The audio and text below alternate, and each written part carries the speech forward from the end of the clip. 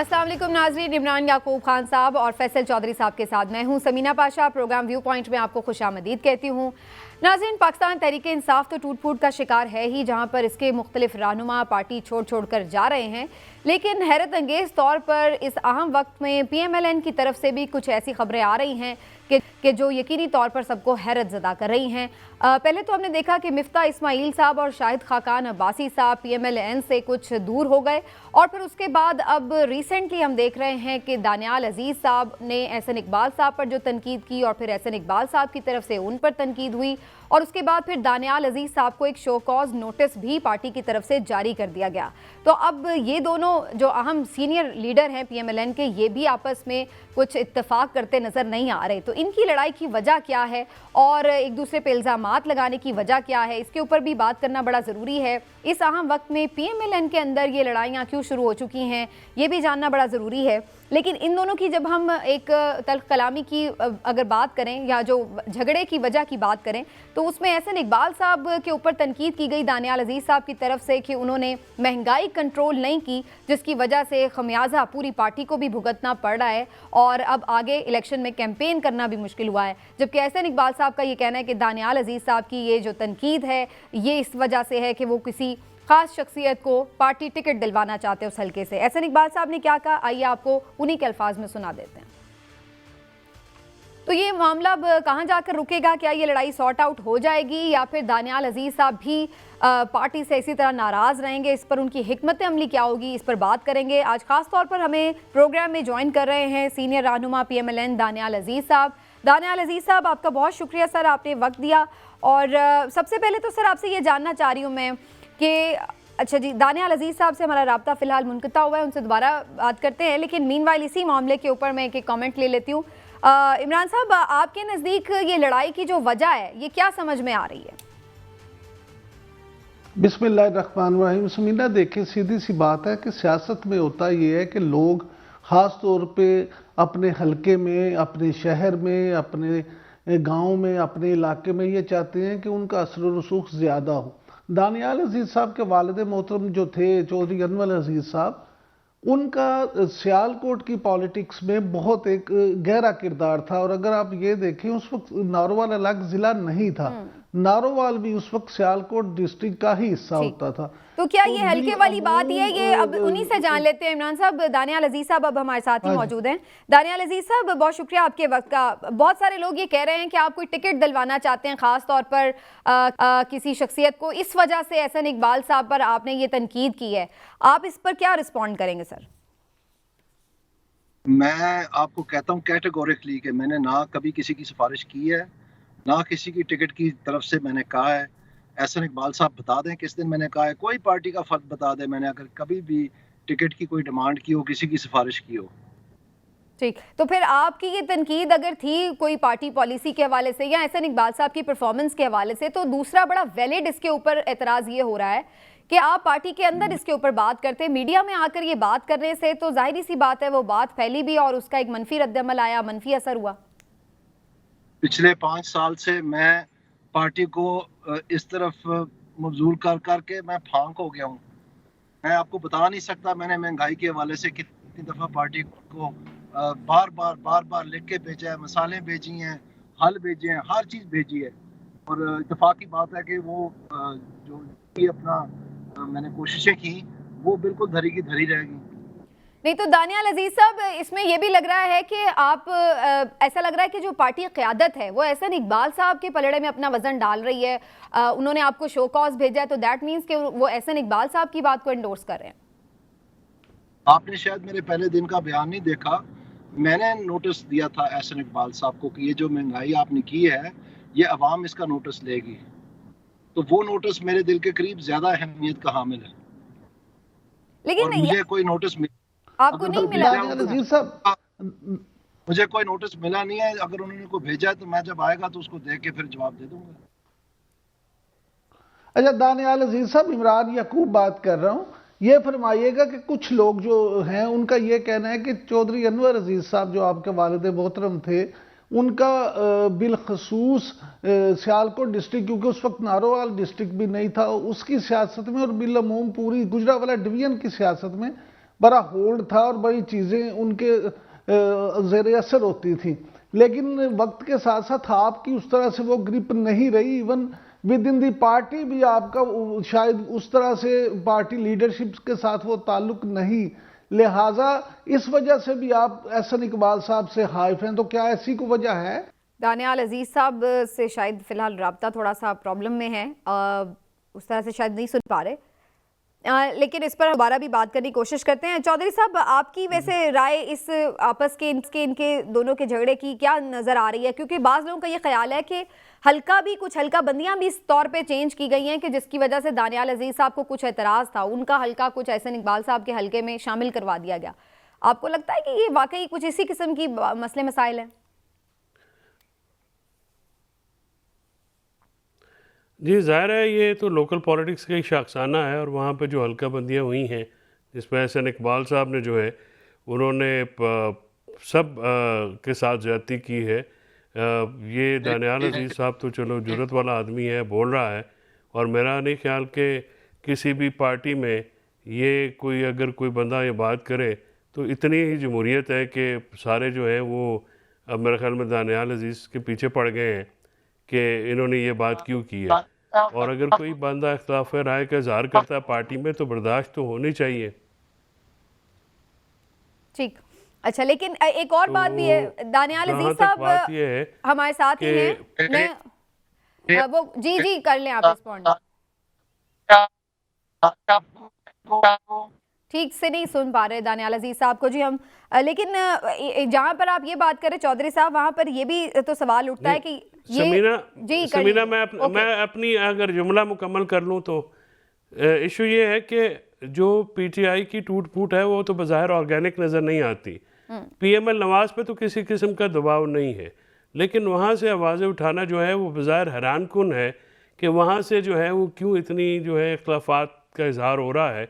तो इसका ये मतलब ये भी नज़र आता है कि वहाँ पे जो उनकी क़यादत है वो अपने लोगों को मखसूस लोगों के अलावा एतमाद में नहीं रखती है, और वहाँ से जो लोग उनके पसंदीदा हैं सिर्फ वही जो हैं वो जो किचन कैबिनेट का हिस्सा हैं, सिर्फ उन्हीं को जो है अहमियत दी जा रही है, और आम वर्कर्स या जो लोग उनसे थोड़ा भी मुख्तलिफ राय का रखते हैं उनको जो है अहमियत नहीं दी जाती। तो पीएमएल नवाज का जो गैर जमहूरी कल्चर है कि दानियाल अजीज साहब ने नाअहली भी काटी है अपनी क़यादत के लिए, और बड़ा उन्होंने आगे जाकर जो है वो डिफेंड किया अपनी क़यादत को भी। तो दानियाल अजीज साहब, आपको भी गिला शिकवा है इस हवाले से कि क़यादत आपको उस तरह से रिस्पॉन्ड करने के बजाय जो जेन्युइन इशूज़ थे, ऐसा लग रहा है कि शायद आपके साथ कोई ज़्यादती करी, आप ये महसूस कर रहे हैं? मेरा जी अपना पिछले 3 साल के दौरान बहुत बड़ी बड़ी ट्रेजेडीज हुई हैं। सबसे पहले मेरी बहन चले गई, उसके बाद मेरे वालिद साहब चले गए, उसके बाद मेरी वालदा चले गई, और उसके बाद मेरा एक्सीडेंट हो गया, और मैं अस्पताल में रहा 6 महीने। अभी भी मैं मुख्तलिफ सर्जरीज हो रही हैं मेरी, मैं रिकवर नहीं हो पूरा, लेकिन और मैंने पार्टी को लातादाद डिफेंड किया है, और मुझे उस बात का बिल्कुल मैं फ़ख्र से कहता हूँ कि मैंने किया, और आज वो सारी चीज़ें साबित हो रही हैं जो मैं कहता था कि जो कुछ इन्होंने किया। लेकिन मैं अब ये कहना चाहता हूँ आपको कि बात पहले मैंने जितनी भी पार्टी को डिफेंड किया, जितनी भी लड़ाइयाँ लड़ी हैं, वो सारी आप जमा कर दें और वो इस एक के जना बराबर भी नहीं पहुँचती, क्योंकि ये महंगाई एक इस सतह पे चली गई है और पाकिस्तान की अवाम इस हद तक पिस गई है कि पामाल हो गई है, मिट गई है, कि मैं आपको बता नहीं सकता लोगों के हालात क्या हैं। और इस चीज लेकिन दानियाल अजीज साहब, इसमें फिर सिर्फ एहसन इकबाल साहब ही क्यों मुर्दे इल्जाम आप ठहरा रहे हैं? इसहाक डार साहब वजीर खजाना थे, उससे पहले मिफ्ता इस्माइल साहब थे, और पीएमएलएन का तो मौक़िफ़ ये भी है कि इवन पीटीआई भी इसकी जिम्मेदार है। तो आप सिर्फ एहसन इकबाल साहब को इस पर सिंगल आउट क्यों कर रहे हैं? मैं नहीं कह रहा कि पीटीआई जिम्मेदार नहीं है, मैं ये कह रहा हूँ कि एहसन इकबाल साहब के पास चेयरमैनशिप थी नेशनल प्राइस कंट्रोल और मॉनिटरिंग कमेटी की, जिसमें तमाम सूबे और मुख्तलिफ मरकजी अदारे वहाँ पर नुमाइंदगी करते थे, और ये बाकायदा हदायत देते थे उनको प्राइस कंट्रोल के लिए। उन हदायत में जो आज ये बातें कर रहे हैं कि जी मेरा उसके ताल्लुक ही नहीं है, वो सारा रिकॉर्ड का हिस्सा है। गलत बयानी क्यों कर रहे हैं? उससे क्या होगा? उससे यही होगा ना, तो वो कहते हैं जी दानियाल साहब अपना मजाक बना रहे हैं। अगर ये महंगाई को मजाक समझते हैं कि 1947 से लेकर आज तक जो रिकॉर्ड महंगाई है, इतना बड़ा धब्बा है ये, कि कि पाकिस्तान मुस्लिम लीग नून तो महंगाई के बारे में सबसे अच्छी जमात रही है। ये अभी आके एहसन इकबाल साहब इसके चेयरपर्सन बने हैं तो ये सूरत हाल बन गई है। अब मैं अगर वो ही इसके चेयरमैन थे तो मैं किसी और का नाम कैसे लूँ? तो कहने का मकसद ये है कि ये अच्छा दानियाल अजीज साहब, दानियाल अजीज साहब ये फरमाइएगा कि राना सनाउल्लाह समेत आपने सवाल पूछा, मुझे काइंडली मुकम्मल कर लेने दें। मैं आपसे जी कह रहा हूँ जी करें। ये बात बिल्कुल जो पीटीआई ने जो कुछ किया वो भी मैं बड़ी अच्छी तरह जानता हूँ, मैं बताऊंगा, वो मैं डेफिनेटली बताऊंगा और एक एक पॉइंट बताऊंगा। लेकिन अफसोस इस बात का है कि जब एहसन इकबाल साहब कह रहे हैं कि पीटीआई जिम्मेदार थी, तो उन्होंने इन मीटिंग्स में जो मिनट्स मौजूद हैं, सब रिकॉर्ड मौजूद है, इन्होंने कहाँ कहा था कि इसकी तहकीकात करें कि पीटीआई ने कैसे महंगाई की है, उसका तरीकाकार बताएं ना। अब ये माशाल्लाह अगर इतने ये टेक्निकल है और ये सारा कुछ इन्होंने इतनी दफा प्लानिंग मिनिस्ट्री संभाली है, इनको इकोनॉमी का कुछ ना कुछ तो पता होगा। लेकिन ये तो एक आम जो अब तो हम ये भी खबरें सुन रहे हैं कि आइंदा फाइनेंस मिनिस्टर भी हो सकते हैं वैसे ऐसे इकबाल साहब। दूसरा ये है जरूर बनाए जी, लेकिन कहने का मकसद ये है कि हाल नहीं होनी कोई चीज। और दूसरी बात ये है कि चले अगर इनसे नहीं हो पाया, नहीं कर सके, तो उसमें आप देखें कि जो मरियम औरंगजेब साहिबा हैं उनका भी ये काम था, ये जिम्मेदारी थी कि वो इसका बयानिया बनाती। ये बच्चे की जुबान पे आज होता कि पीटीआई ने महंगाई की है और ये चीज के कामयाब स्ट्रेटजी के जरिए हम आगे चलते। लेकिन वो बस खोखले प्रेस कॉन्फ्रेंसेस 40-40 दिन के करा के तो समझते थे कि बहुत आनिया जानिया और ये मतलब सर बयानिया कैसे बनता ना, आप खुद ही कह रहे महंगाई है तो जब एक महंगाई है तो उसके खिलाफ बयानिया कैसे बनता? ये तो एक है ना, अगर तो ये होता ना बयानिया सिर्फ बयानिया बनाने से तो बात नहीं बननी थी ना, महंगाई कम होनी जरूरी थी उससे पहले। तो मरियम औरंगजेब साहिबा पे तनकीद कैसे? मैं आपको बताता हूँ कि जब आप बयानिया बनाएंगे, अगर आप कहते हैं कि पीटीआई जिम्मेदार थी इस महंगाई की, जो कि यकीनन उसमें ये बात जो है ये जाया करने वाली नहीं है और मैं आने वाले दिनों में कह रहा हूँ आपको, मैं बताऊंगा, तो इस चीज की बयानिया बनाना था कि अवाम तक इसकी बच्चे की जुबान पे होता। लेकिन वो कुछ नहीं किया, ना अपनी रिसर्च की ना उन्होंने की, बस आके बैठ के अपने ओहदे संभाल के बड़ी प्रेस कॉन्फ्रेंसें करके और टाइम तपा दिया। और अब अवाम जो है, अवाम की हर एक के जुबान पे ये है कि शायद ये मुस्लिम लीग नून ने महंगाई की है। जी इमरान साहब कर लें आप सवाल। अच्छा दानियाल अजीज साहब ये फरमाइएगा कि राना सनाउल्लाह साहब और बहुत सारे आपके दोस्त जो हैं मुस्लिम लीग नून में, वो ये फरमाते हैं, उनका ये इल्ज़ाम है आपके हवाले से कि आप बिलावल भुट्टो सरदारी की ज़ुबान बोल रहे हैं और शायद मुस्तकबिल करीब में आप नून लीग छोड़ के तो पीपल्स पार्टी को ज्वाइन करने जा रहे हैं, तो इस हवाले से आप क्या कहेंगे? ये लोकल है जी, ये टिकट का मामला है जी, ये नारवाल की सियासत का हिस्सा है जी, इसका कोई ताल्लुक नहीं है जी। एहसन इकबाल की जिम्मेदारी कोई नहीं थी, किसी और का नाम क्यों नहीं ले रहे आप? पीपल पार्टी में तो जितने मर्जी आप हीले बहाने फेंकते जाएं इस चीज को मस्त करने के लिए कि अवाम महंगाई से पिस गई है और इसका जिम्मेदार एहसन इकबाल था और मरियम औरंगजेब है। ये आपको कैसे समझाऊं मैं? चलिए, अगर ये समझ नहीं आती आपकी क़यादत को और वो वज़द रहते हैं कि आप गलत कर रहे हैं मीडिया में, अगर ये बयान दे रहे हैं और इस वक्त पार्टी की यूनिटी को नुकसान पहुंचा रहे हैं, तो क्या आप पीएमएलएन के टिकट से अगला इलेक्शन लड़ना चाहेंगे या फिर पार्टी के साथ कोई नाराजगी रहेगी आपकी बरकरार? वो बात की बात है, उसमें क्या नतीजा निकलता है नहीं निकलता। लेकिन मैं आपसे ये कह रहा हूँ कि मुझे टिकट मिलने से ना मिलने से, मुझे ज़ाया होने से ना होने से कोई फर्क नहीं पड़ता। उसकी वजह ये है कि ये इशू मेरे से बहुत बड़ा है। मेरे जैसे 100 जो है अगर इसको हल करने के लिए ज़ाया हो जाए तो वो बिल्कुल कबूल है। ठीक है, आप समझ नहीं रहे शायद मामला के अवाम कितनी नाला सर है। हम समझ रहे हैं, हम भी अवाम ही हैं, हम भी जाके आटे दाल खरीदते हैं, हमें भी पता है कि क्या भाव बिक रहा है सब कुछ। मुझे इस बात की हैरानगी हो रही है कि आप लोगों के माशाल्लाह इतने रिसर्च स्टाफ। वो असल में सर हम इसलिए हैरान हो रहे हैं ना कि आमतौर पर हम देखते नहीं सियासतदानों में इतना दर्द अवाम का, इसलिए हम सुन। आप सिर्फ मेरा पॉइंट ऑफ व्यू लेके जो है ना प्रोग्राम खत्म कर देंगे, लेकिन मैं आपसे गुजारिश करना चाहता हूँ, ये इशू इतना अहम है कि आप काइंडली प्लानिंग कमीशन की वेबसाइट पे जाएं, वहाँ एक मद है जो प्रेस रिलीज के हवाले से है, उसमें जरा पढ़ लें कि जो आज एहसन इकबाल साहब कह रहे हैं कि मेरा तल्लुक कोई नहीं है, ये करते क्या रहा है वहाँ पर प्राइस कंट्रोल के हवाले से, तो झूठ क्यों बोल रहे हैं? ठीक है, मर्द बने बने। अच्छा दानियाल अजीज साहब ये फरमाइएगा कि आप बिल्कुल ठीक कह रहे हैं, आप जैसे 100 कुर्बान हो जाएं फिर भी इशू बड़ा है क्योंकि ये 25 करोड़ अवाम का इशू है। लेकिन जब 16 महीने आपकी हुकूमत थी उस वक्त आपने ये पॉइंट क्यों नहीं रेज किया? उस वक्त आपने वजीर आजम मियां शहबाज शरीफ साहब से मिलके ये बात क्यों नहीं की? मैं अपनी पार्टी के अंदर रेज करके आपको बता रहा हूँ कि मेरा मुंह लाल हो गया, मेरे नाक में से धुआं निकल आया, मैं फांक हो गया हूँ कह के मैं आपको कैसे समझाऊं? कौन कौन सा मैं आपको सबूत दूं? पार्टी से पूछ लें कि क्या ये चीखें मारते थे, चलाते थे और आखिरकार ये लड़ पड़े थे महंगाई की वजह से इंटरनली, और कुछ भी नहीं उसका जो है अहसन इकबाल साहब ने या मरियम औरंगजेब ने कोई उसका तदारक नहीं किया किसी किस्म का। यही मैं मीडिया स्ट्रेटजी के हवाले से नहीं तो इसहाक डार साहब बिल्कुल बरी जिम्मा है आपके ख्याल से? कौन? इसहाक डार साहब? इसहाक डार साहब तो बहुत बाद में आए हैं, पहले तो मिस्ता था। अच्छा, वो भी आपके ख्याल से जिम्मेदार हैं इसके? उसमें मैं आपको जब इसका असल वजूहात बताऊंगा, जो कि मैं जरूर बताऊंगा आने वाले दिनों में, कि ये महंगाई क्यों हुई, कैसे हुई, कौन जिम्मेदार है, उस वक्त आप इस किस्म के सवाल कीजिएगा, फिर आपको सारी समझ आ जाएगी। इन द मीन टाइम मैं आपसे रिक्वेस्ट करूंगा, इन द मीन टाइम मैं आपको एक रिक्वेस्ट करूंगा, आपकी जिम्मेदारी भी है as journalist, as media house, कि आप काइंडली अपनी स्क्रीन पे न्यूज बुलेटिन में, न्यूज 9 o'clock न्यूज में, जब भी आप वो जो 12-13 जो हर महीने की प्रेस रिलीज लगी हुई है प्लानिंग कमीशन की वेबसाइट पे, वो आवाम को दिखाएं। ठीक है सर, ये आप ये हम बिल्कुल मईशत पे बात करते रहते हैं और हम सारों की जिम्मेदारी जांचने की कोशिश करते हैं। आपका बहुत बहुत शुक्रिया, आपने वर्जन दिया अपना और हमारे प्रोग्राम में शिरकत की। जनाब ये कहानी है, लेकिन मैं एक शॉर्ट सा कमेंट ले लूँ। इमरान साहब, आपको लग रहा है ये मामला हल हो जाएगा, ये अभी बात बढ़ेगी?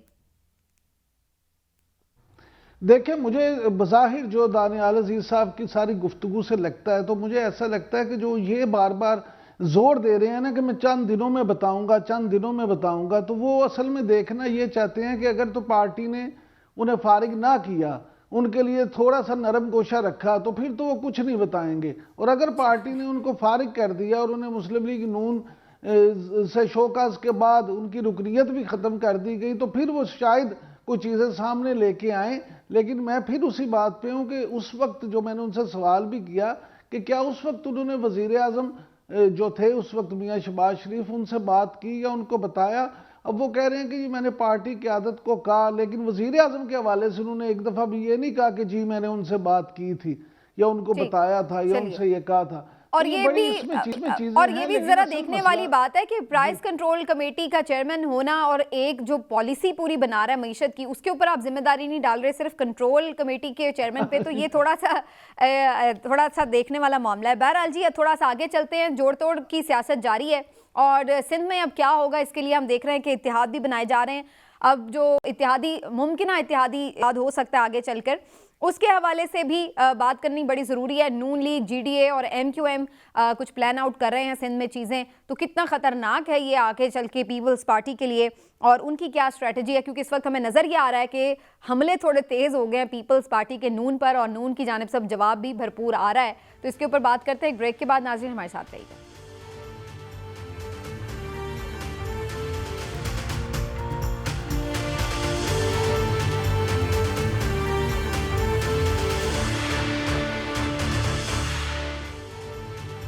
जी वेलकम बैक। और जैसे जैसे इंतखाबात का वक्त करीब आ रहा है, सबकी ज़्यादा नज़रें इस बात पर लगी हैं कि कब इलेक्शन कमीशन शेड्यूल का ऐलान करे और कब गैर यकीनी के बादल छटें। लेकिन ऐसे में हम देख रहे हैं कि गवर्नर KP की जानिब से ये एक स्टेटमेंट सामने आया है कि जिस वक्त हालात हैं KP में, इन हालात में कैंपेन करना खासा मुश्किल नज़र आ रहा है। ये कितना ज़्यादा सीरियस है उनका बयान और क्या इससे कहीं ना कहीं ये तासुर मिल रहा है कि खुदा न खास्ता अगर हालात मज़ीद ख़राब हुए तो इलेक्शन भी डिले हो सकते हैं, या फिर ये कोई पर्टिकुलरली कुछ एरियाज़ के हवाले से एक बात है? इस पर बात करनी बड़ी ज़रूरी है। लेकिन आपको क्या लगता है चौधरी साहब, ये जो गवर्नर साहब ने बात की है, ये चूँकि एक जनरली एक ज़ाहिर है इस वक्त थ्रेट्स तो हैं और ज़ाहिर है पहले से ज़्यादा कुछ दहशतगर्दी के वाक़यात भी हुए हैं, तो आपको लगता है कि ये सिचुएशन किसी इस तरह की सिचुएशन की तरफ लीड कर सकती है जैसे वो कह रहे हैं कि सियासी सरगर्मियां नहीं हो सकती? नहीं, 2008 और 2013 से ज़्यादा दिगर कोई सिचुएशन तो नहीं है। 2008 में मोहतरमा बेनज़ीर भुट्टो की शहादत हो गई, पिंडी में सुसाइड अटैक हुआ। उसके बाद 2013 तक लगातार खुदकुश बम जो है धमाके होते थे, तब भी इलेक्शन कराए गए और उस इलेक्शन कमीशन को जो है उसको उसकी तारीफ़ करनी चाहिए कि इन हालात में उन्होंने इलेक्शन करवाए। ये जो बात अभी की जा रही है, सिक्योरिटी थ्रेट तो हमेशा रहते हैं। देखिए, हमारी सिचुएशन ऐसी है ख़ित्ते की जिसमें कभी मगरबी बॉर्डर पे और मशरक़ की तरफ जो है हिंदुस्तान है, मुसलसल साजिशें तो होती रहती हैं और मुख्तलिफ जो लोग जो है वो लोग साजिशें करते रहते हैं और माशरे में का अमन और अमान की सूरत हाल को ख़राब करने में। लेकिन इसका ये मतलब तो नहीं कि आप इलेक्शन पोस्टपोन करें।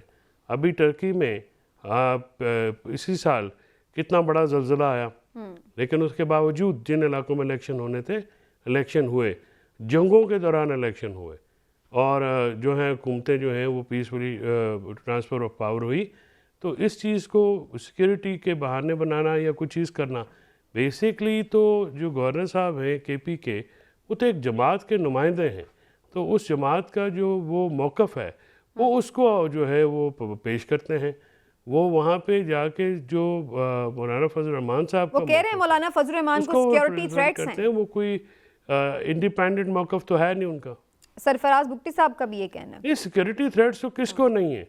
कौन सा ऐसा आप देखिए कि चेयरमैन पीटीआई को, इमरान खान साहब को वो जेल से नहीं लाते हैं, कहते हैं कि सिक्योरिटी थ्रेट है। मियाँ साहब जो हैं वो भी जलसे नहीं कर रहे हैं, ज़ाहिर है कुछ सिक्योरिटी के मसाइल तो होते हैं। कौन सा लीडर है पाकिस्तान में जिसको सिक्योरिटी के थ्रेट्स इस वक्त नहीं है? मेरा ख्याल में पाकिस्तान में जो सिचुएशन है लूमिंग, उसमें तो किसी को ऊपर भी जो है वो मामला तो होते हैं, लेकिन फिर भी इन तमाम तर चैलेंजेस से निपटना और इन चैलेंजेस से आगे निपटना है तो फिर रियासत और पाकिस्तान के इदारों का काम है, और वो इसमें हमेशा कामयाब भी हुए। सिक्योरिटी फ्राहम ये आवाज़ें इमरान साहब और भी आ रही हैं, मुख्तलिफ जमातें ये बात, ठीक, ये जमातें मुख्तलिफ भी ये बात कर रही हैं। इससे पहले भी मौलाना ने बात की कि सर्दी भी बहुत होगी, MQM ने भी कुछ इस तरह की बात की, परवेज़ खटक साहब की भी ऐसी ही आवाज़ थी कि लेट होने चाहिए अभी इलेक्शन, और अब अमन अमान की सूरत हाल के पेश नज़र भी कुछ लोग ये बात कर रहे हैं, हत्ता कि कुछ लोग ये भी बात कर रहे हैं कि नए मुआहदे होने जा रहे हैं मईशत के, तो ये ना हो कि मईशत के लिए उस पर अच्छे असरात ना हो अगर इलेक्शन हो गए। तो आपको लगता है कि कोई ऐसा तैयार किया जा रहा है पूरा ग्राउंड कि जिसके लिए ये कहा जा सके कि इलेक्शन डिले हो रहे हैं? देखिए समीना, सीधी सी बात है, मुझे तो ऐसा लगता है कि इज्जत माब chief justice of Pakistan justice Qazi Faez Isa साहब ने ये कहा था कि पत्थर पे लकीर है कि इलेक्शन जो हैं वो अपने टाइम पे होंगे। तो मैं तो ये समझता हूँ कि इलेक्शन अपने वक्त पे होने चाहिए, और ये नहीं हो सकता कि चीफ जस्टिस साहब जिस बात को पत्थर पे लकीर करार दें उसमें भी कोई हार्म हो। लिहाजा मुझे नहीं लगता कि फौरी तौर पे ऐसी कोई बात कहीं सीरियसली डिस्कस हो रही हो। लेकिन अगर दूसरी तरफ आप ये देखें कि गवर्नर केपी ने जो कहा है, या MQM के जो हैं खालिद मकबूल सिद्दीकी साहब, खुद मौलाना फजल रहमान साहब, और जो कुछ लोग इस तरह की बातें कर रहे हैं, तो हमारे यहाँ प्रॉब्लम ये है कि दुनिया में कहाँ ये मसाइल नहीं होते। मुझे ये बताएं कि जमहूरियत कैसे पनपती है? हम जमहूरी होने का दावत तो बड़े करते हैं, और हर हमारी जो जमात है सियासी वो यही कहेगी कि उससे बड़ी तो जमहूरियत की दावेदार और चैंपियन है ही कोई नहीं। लेकिन क्या अमलन ऐसा है पूरी दुनिया में? जैसे अभी जैसे चोई साहब ने भी जिक्र किया कि तुर्की में किस तरह का जलजला आया, कितनी हलाकतें हुई, क्या कुछ नहीं हुआ। इलेक्शन होने चाहिए, इलेक्शन होने चाहिए और जमहूरियत को आगे बढ़ना चाहिए, बिल्कुल ठीक है। अच्छा, इसमें एक और मैं चीज़ एडअप भी कर लूँ कि ये बड़ी स्टोरी सर्कुलेट कर रही है कि जी जरदारी साहब सदर बनने में इंटरेस्टेड हैं, क्योंकि उनको लगता है कि नवाज शरीफ साहब वज़ीर आज़म बन भी जाएंगे तो शायद वो अपनी मुद्दत पूरी करें या ना करें, लेकिन सदर जो एक दफ़ा बन जाता है वो फिर 5 साल मुद्दत पूरी करता है। और दूसरी तरफ JUIF का भी ये ख्वाहिश हमेशा से रही है कि मौलाना साहब सदर बन जाएं। तो चौधरी साहब, आपको क्या लग रहा है सदर आरिफ अलवी साहब के बाद किसको ये मनसब मिल सकता है, किसके रोशन इम्कानात हैं? देखिए, ये तो इलेक्शन के रिजल्ट पे डिपेंड करता है ना समीना, कि कौन सी पार्टी कितनी सीटें लेती है और किस पार्टी की फिर इंतखाबात के बाद कितनी ज़रूरत होती है, उस सेटलमेंट में किस पार्टी के हिस्से में क्या आता है। ज़ाहिर है जरदारी साहब जो हैं वो सिंध में एक ऐसी पोजीशन में होंगे, मुझे लगता है कि वो बेहतर बारगेन कर सकेंगे, क्योंकि सिंध की जो भी सूरत हाल है हमें उस इत्तेहाद पे बात करनी थी, लेकिन कर लें पीपल्स पार्टी को वहाँ पे कोई बड़ा चैलेंज नज़र इस वक्त तक तो नहीं आता। लेकिन उस ये है कि उस पार्टी को सिंध में ज़्यादा सीटें भी ज़्यादा हैं, पंजाब के पास सबसे ज़्यादा सिंध में है। KP में जो सूरत हाल है उसमें तो मौलाना साहब शायद उस पोजीशन में ना हो। ख्वाहिशात करना तो सबकी ज़ाहिर है, वो तो किसी का भी हक है और करना, लेकिन ये तो इलेक्शन के नताइज जो है वही वजह करेंगे कि कौन सदर होगा, कौन स्पीकर होगा, कौन चेयरमैन सेनेट होगा, कौन डिप्टी स्पीकर मसला यही होगा, है ना किसके सर, हिस्से में इलेक्शन और इलेक्शन के नताइज का कोई वजारतें इंतजार आएंगी, ही नहीं क्योंकि कर रहा। एक यहाँ तो सारे ही अपने अपने तौर पर सारी नशिस्तों में वो कर बैठे हैं इमरान साहब कि जी इतनी इनके पास होंगी, इतनी इनके पास होंगी, तो मेरा ख्याल है उसी तनाजुर में इसमें ना इन्वेस्टमेंट तो होती है ना, वो पॉलिटिकली कोई तो किसी समीना चीज वो पे कहते हैं इन्वेस्टमेंट कि तो करता ही हजारों है। ख्वाहिशें वो ऐसी तो कोई कि हर ऐसी ख्वाहिश पे दम हॉट बात निकले, नहीं है, हमेशा बहुत वैसे ही होता निकले मेरा अरमान, लेकिन फिर भी कम निकले। तो ये ख्वाहिश करनी तो कोई बुरी चीज नहीं है, ख्वाब भी देखना कोई बुरी बात नहीं है, बड़े बड़े ख्वाब देखने चाहिए। लेकिन इस वक्त जो मौजूदा सूरत हाल है उसमें आप देखें कि पीपल्स पार्टी अपना पूरा जोर किस बात पे लगा रही है। पीपल्स पार्टी अपना पूरा जोर इसी बात पे लगा रही है कि एक तो उसका सिंध बच जाए और दूसरा सिंध में वो हुकूमत बना लें, दूसरा वफाक में ज्यादा से ज्यादा हिस्सा कैसे ले सकते हैं। अब वफाक में एक ही तरीका उनके ज्यादा हिस्सा लेने का कि वो ये कोशिश करें कि जरदारी साहब कल को इलेक्शन के बाद सदर बन जाए। लेकिन बीइंग अ फॉरवर्ड पॉलिटिक्स मैं ये समझता हूं कि अगर आप मुस्लिम लीग नून की सियासत पे नजर डालें तो आप एक बात जहन में रखें कि अगर मुस्लिम लीग नून जो है वो सीटें जीत जाती है और अगर मुस्लिम लीग नून वफाक में हुकूमत बनाने में कामयाब हो जाती है तो फिर वो कभी भी नहीं चाहेगी कि जरदारी साहब जो हैं वो सदर पे पाकिस्तान बने। मुस्लिम लीग नून फिर ऐसे ही कोशिश करेगी कि किसी तरह से भी इत्तेहादियों के साथ मिलके और दूसरी खलीफ जमातों के साथ मिलके कोई ऐसा कैंडिडेट सामने लाए जो उनके जेर असर हो, अगरचे वो चाहे वो मुस्लिम लीग नून से उसका ताल्लुक ना हो, लेकिन वो बाप से हो सकता है, जमीयत उलमा इस्लाम से हो सकता है, लेकिन उस छोटी जमात से हो कि जो उनके काबू में रहे, जो उनको आंखें ना दिखाए, जो उनके खिलाफ जो मामला है उसमें उस तरह से सियासत का हिस्सा ना बने। जरदारी साहब जो हैं वो जोड़ तोड़ के माहिर हैं, वो पीपल्स पार्टी और शायद वो आगे चल के पीएमएलएन कोशिश ये करे कि वो किसी तरह एक सादा अक्सरियत हासिल कर लें और ताकि उन्हें किसी और बड़ी जमात यानी खास तौर पर पीपल्स पार्टी का लेना ही ना पड़े एहसान। और हनीफ अब्बासी साहब तो कह रहे हैं कि उनके साथ मिलकर हुकूमत बनाने से अच्छा है कि ना ही बनाए पीएमएलएन हुकूमत, तो ये स्टेटमेंट भी अब आया है। बहरहाल जी ये काफ़ी इंटरेस्टिंग है सिचुएशन, लेकिन अगैन इसके ऊपर तभी सूरत हाल वाज़े होगी जब इलेक्शन के बाद हर जमात की सीटें जो हैं वो वाज़े तौर पर सामने आ सकेंगी।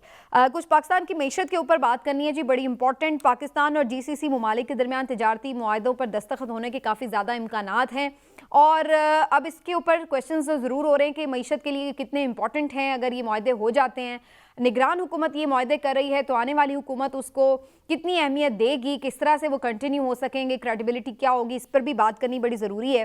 तो मईशत के ऊपर बात करने के लिए खास तौर पर इस सेगमेंट में हमें ज्वाइन करें माहिर मईशत जनाब डॉक्टर खाकान नजीब साहब। डॉक्टर साहब बहुत शुक्रिया सर, आज आपने फिर हमें वक्त दिया। और सबसे पहले यही आपसे सवाल करूंगी, बात हो रही है कि जी कुछ मुआहदे होने जा रहे हैं, तो कितने ये पॉजिटिव है पाकिस्तान की इकोनॉमी के लिए इस वक्त, स्पेशली जब एक केयर टेकर सेटअप है, और क्या उसके पास ये मैंडेट है भी कि वो जाकर बड़े बड़े मुआहदे कर ले? बिस्मिल्लाहिर्रहमानिर्रहीम। सो पाकिस्तान का एक FTA यानी कि free trade agreement GCC countries के साथ 2004 से ये एक प्रोसेस है जो चल रहा है। ये स्लो मूविंग प्रोसेस होता है, बट 2021 में फिर हमने इसको थोड़ी सी तकवीत दी और आगे बढ़ाने की कोशिश की। अब चूंकि बिलीव किया जा रहा है कि पाकिस्तान की इकोनॉमी को एक्सपोर्ट्स को पिकअप करना है और एक्सपोर्ट्स ही हमारा फ्यूचर है। देखिए पाकिस्तान की इकोनॉमी जो है ना is a very closed economy. इसका तायुन ऐसे कीजिए कि आपकी एक्सपोर्ट्स टू GDP क्या है, 9% है। ये जो मुल्क दुनिया में तरक्की करते हैं, ये सारा जो ईस्ट एशिया है, ये वियतनाम है, ये इंडोनेशिया है, ये 20 से 30% जो हुजम है इकोनॉमी का वो एक्सपोर्ट करते हैं। आप ये 9% करते हैं। लोग ये गलत कहानी सुनाते हैं कि पाकिस्तान की इंपोर्ट्स बहुत ज़्यादा है। मसला ये है कि पाकिस्तान की एक्सपोर्ट्स बहुत कम है। सो एक कोशिश की जा रही है कि FTA जो है इससे जो गल्फ ममालिक हैं, ये जो GCC जिसमें 6 कंट्रीज़ हैं, इनके साथ हम आगे बढ़ सकें और ये एक बड़ी इकोनॉमी बन गए हैं ये ममालिक। इनके पास एक बड़ा बाइंग पावर है और इसमें हम जाकर चाहे वो बहरीन है, ओमान है, कतर है, UAE है, सऊदी अरेबिया है, कुवैत है, ये सारे ममालिक में आई थिंक अबाउट 1.4 ट्रिलियन की ये इकोनॉमी है, विच इज़ क्वाइट बिग। इसमें फूड के सेक्टर में, डिफेंस के सेक्टर में, IT के सेक्टर में, एग्रीकल्चर के सेक्टर में हम ये एक positive step towards export growth Pakistan का बना सके। I think that's a good story to tell. पर इसके साथ साथ हमें अपने एग्रीकल्चर को भी बेहतर करना पड़ेगा ताकि हमारी एक्सपोर्ट सरप्लस लेकिन बने। ये भी तो मैं सवाल हो हमेशा रहा है कहता हूँ ना डॉक्टर साहब कि ये जो केयर टेकर सेटअप है या इसका ये मैंडेट भी है, और क्या आने वाली हुकूमत इसको इसी तरह से अहमियत देगी, कंटिन्यू करेगी जो ये मुआहदे होंगे? देखिए, 2-3 चीज़ें, एक तो ये है कि under the umbrella of SIFC हो रहे हैं। एसआईएफसी जो है वो एक पीडीएम गवर्नमेंट यानी कि एक पॉलिटिकल 13 पार्टीज़ थी, उन्होंने खुद इसको मैंडेट किया था और एसआईएफसी जो है एक ऐसा फोरम है जो कि ये लीड कर रहा है। सो मैं अब अस्यूम करता हूँ कि आने वाले 5 साल भी जो पाकिस्तान की हुकूमत है, उसका जो अगर इंस्टीट्यूशनल फ्रेमवर्क मैं डिफाइन करना चाहूँ, इकोनॉमिक स्पेशली अफेयर में, तो वो एसआईएफसी के अंडर ही चलेगा, चाहे प्राइवेटाइजेशन हो, फॉरेन डायरेक्ट इन्वेस्टमेंट हो, ये स्पेशली 2 एरियाज जो हैं। इसी तरह एग्रीकल्चर जो है वो उसको तकवियत देना, कॉर्पोरेट फार्मिंग पाकिस्तान में लाना, इंपोर्टेड मैकेनाइजेशन लाना, एफडीआई लाना, ये सब एसआईएफसी के अंडर चलेगा। सो ये सारी जो गुफ्तगू है, ये जो सारे इस वक्त जो इकोनॉमिक हैंडलिंग है, एसआईएफसी इसको ओवरसी कर रहा है। अगर वो ये कर रहा है तो आई थिंक यही कंटिन्यू या आगे करेगा भी आने कंटिन्यू वाले करेगा, दिनों में। राइट। लेकिन ये केयर टेकर सेटअप इस वक्त नहीं, ये भी लेकिन खुशखबरी सुना रहा डॉक्टर है। साहब मैं यहाँ पे एक बात जरूर आपसे पूछना चाहूंगा। डॉक्टर साहब ये फरमाइएगा कि एसआईएफसी नो डाउट एक बहुत अच्छा फोरम है और इसके जरिए से ईज टू बिजनेस भी पैदा की जा रही है और कोऑर्डिनेशन भी बहुत बेहतर अंदाज में की जा रही है। लेकिन सी पैक का अगर हम मुआवजा करें, जिस तरह से सी पैक में मामलात हुए थे और मुख्तलिफ हुकूमतों में वो ज़ेर इल्तवा चले गए, तो आप क्या समझते हैं कि आने वाली जो हुकूमत है, चले वो तो इसको जिस अंदाज में भी लेके चले, लेकिन जो हमारे वो ममालिक, दोस्त ममालिक, अगर जीसीसी की बात करें जो ये एग्रीमेंट करने जा रहे हैं, तो वो भी गारंटी के तौर पे इस बात को एग्रीमेंट का हिस्सा नहीं बनाएंगे कि आने वाली हुकूमत इसमें कोई खलल नहीं डालेगी। तो आपने 2 बहुत अच्छे अल्फाज इस्तेमाल किए, मैं उनको रिपीट करूंगा। Implementation is a matter of coordination in Pakistan. जब हम बहुत दफा ये गुफ्तगू करते हैं कि इम्प्लीमेंट नहीं हो रहा, तो ये मैटर ऑफ कोऑर्डिनेशन है। आपने सही फरमाया है, एसआईएफसी जो है एक कोऑर्डिनेटिंग बॉडी की तरह अम्ब्रेलास काम कर रहा है। अब ये एक हकीकत है पाकिस्तान की कि इम्प्लीमेंटेशन वीक है, कोऑर्डिनेशन की ज़रूरत है। That is what SIFC is trying to do. आपकी क्लॉग्ड जो आर्टरीज हैं, ये दूसरी बात आपने की ईज ऑफ डूइंग बिजनेस की। एक क्लॉग्ड आर्टरीज हैं, आपने बीओआई बनाया। ये तो हकीकत है ना कि पिछले 5-10 साल में बीओआई की जो परफॉर्मेंस है, अनक्लॉग करने में, रेगुलेटरी क्लीन अप करने में, मुल्क को डीरेगुलेट करने में, एफडीआई लाने में, एफडीआई $1.5 से 2 अरब है पिछले 10 साल में। देख लीजिए पाकिस्तान का इन्वेस्टमेंट टू जीडीपी यानी कि हमारा जो हुजम है इकोनॉमी का, उसका हम 14% FY23 में इन्वेस्ट कर रहे थे।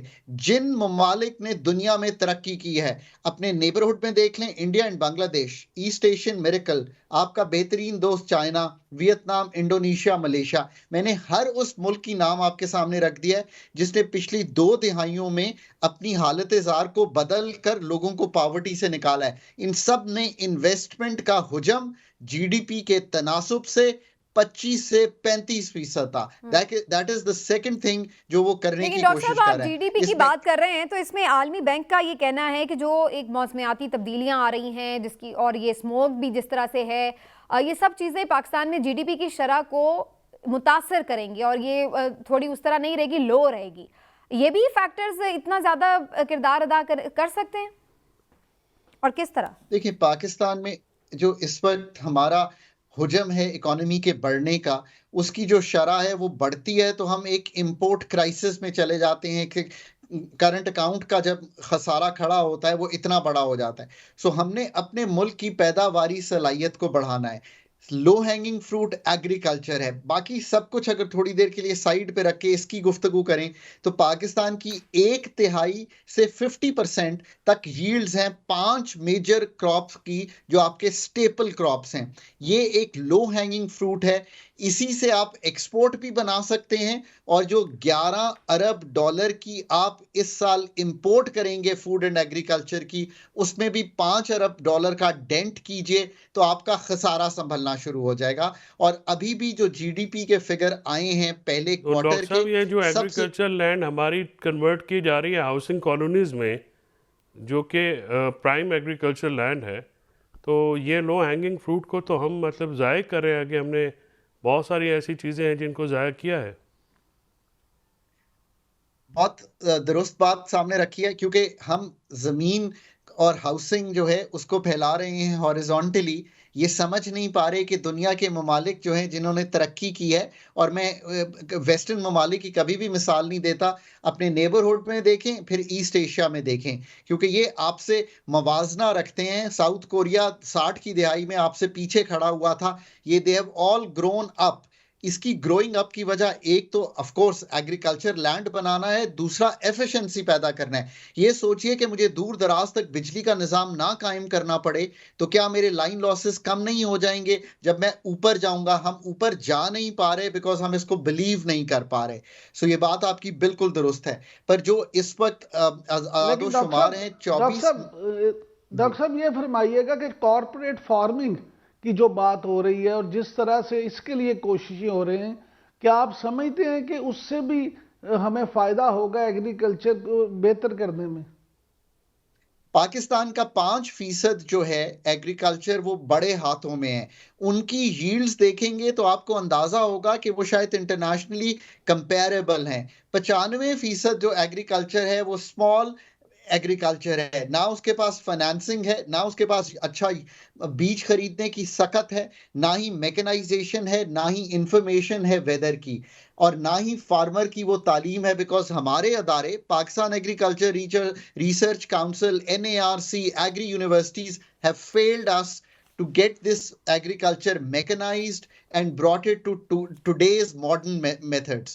So बिल्कुल corporate farming की ज़रूरत है ताकि बैंक भी लेंड कर सके, मैकेनाइजेशन भी आ सके और बड़े लेवल पे किया जा सके ताकि इकोनॉमीज ऑफ स्केल हो। आप अपनी जो कामयाबियां हैं ना, उनसे अपना जो आपने थ्योरी ऑफ चेंज बनानी है वो बनाइए। मैं बार बार कहता हूं, अपने उन बुरी चीजों को ना देखिए। सही, बिल्कुल ठीक है जी। डॉक्टर साहब बहुत बहुत शुक्रिया, आज हमारे साथ प्रोग्राम में आप शामिल रहे। प्रोग्राम का वक्त खत्म हो गया नाजरीन, यहीं पे प्रोग्राम को समेटते हैं। इंशाल्लाह फिर आपसे मुलाकात करेंगे। अपना फीडबैक जरूर दीजिएगा। अल्लाह हाफिज़।